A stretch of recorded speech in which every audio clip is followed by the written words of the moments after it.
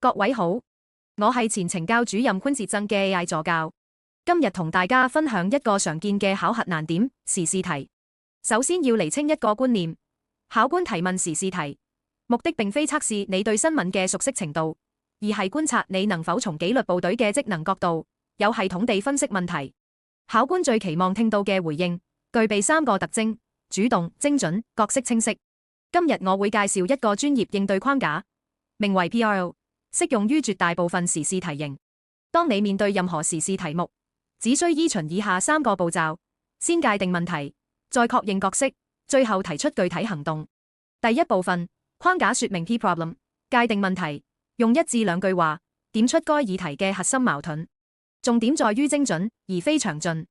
A role， 確認角色，清晰說明你所屬部門喺該議題中嘅職責範圍、法定權限及可發揮嘅功能。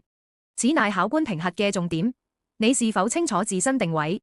？O operation， 具體行動，提出1至2項可行、具體、可執行嘅行動方案，應避免加強執法、提升效率等空泛表述，改為每星期巡查 X 次，轉介與外部門跟進，透過自平台發布資訊等具象化描述。第二部分，示範應用以常見考題為例，香港跨境電騙問題嚴重，作為紀律部隊人員，你會如何應對？P 界定問題，跨境電騙不僅涉及詐騙行為，更往往牽連洗黑錢、非法入境及人口販運。受害者多為長者或基層人士，對社會信任構成損害。而確認角色，以入境處為例，本人報考嘅係入境處，本部門嘅職責在於把關口岸，審查可疑出入境記錄，防止騙徒及受害人跨境流動。O 具體行動，第一，主動留意頻繁出入境，同一日內多次來回嘅可疑人士，並按機制通報上級。第二，於口岸當值時，對疑似被誘騙出境嘅年輕旅客主動查問，必要時轉介警方或社署介入。第三部分，進階技巧，政策層面建議，若希望進一步提升回答層次，可加入1項前瞻性建議。我會建議部門與內地及海外執法機構加強情報交換，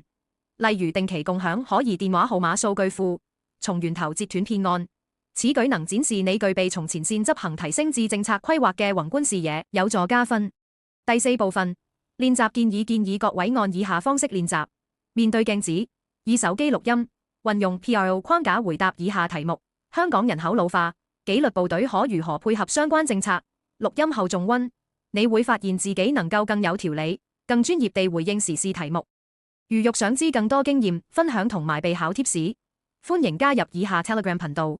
今次分享到此為止，本人係前懲教主任潘哲增嘅 AI 助教，我會持續為各位提供支援，預祝各位面試順利。